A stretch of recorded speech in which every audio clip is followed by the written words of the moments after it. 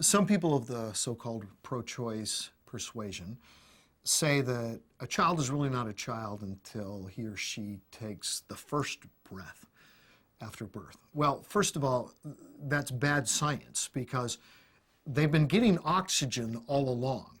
So does it matter where the oxygen was coming from?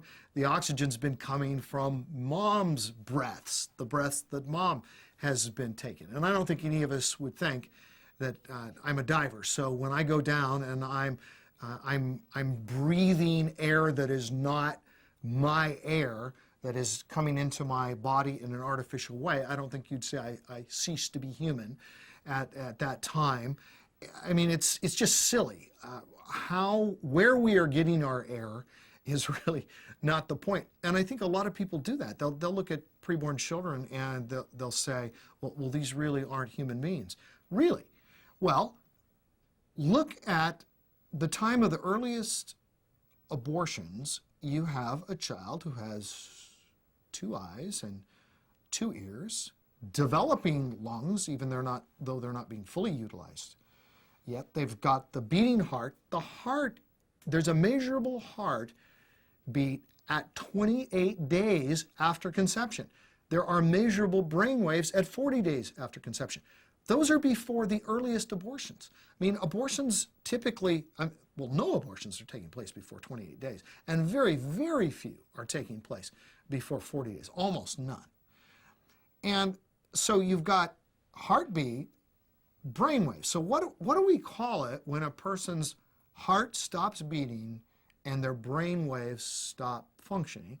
Well, we call it death. Well, what do you think we should call it when there is a heartbeat and there are brainwaves? Well, how about life?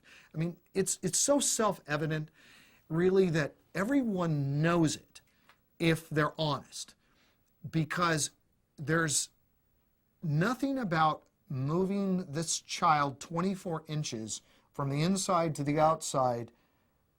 What has happened in the last 2 minutes? You know, child is a child. And what do you do? In fact, on the back of one of my books, Why Pro-Life, and also Pro-Life Answers to Pro-Choice Arguments, there are 2 different pictures of prenatal surgeries that are taking place. Now, this is fascinating.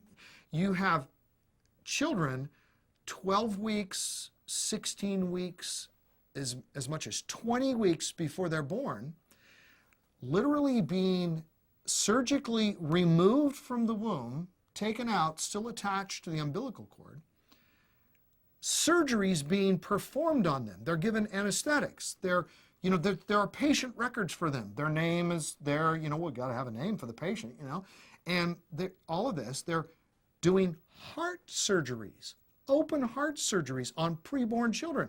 Then, surgery's all done, sew them back up, place them back inside of mom, sew her up, baby's born months later. Now, what does that tell you?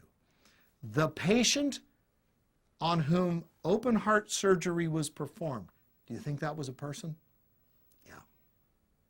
So now they're back inside of the mother, and it's perfectly legal to now kill them for the next 2 or 3 months before they're born. It doesn't make sense.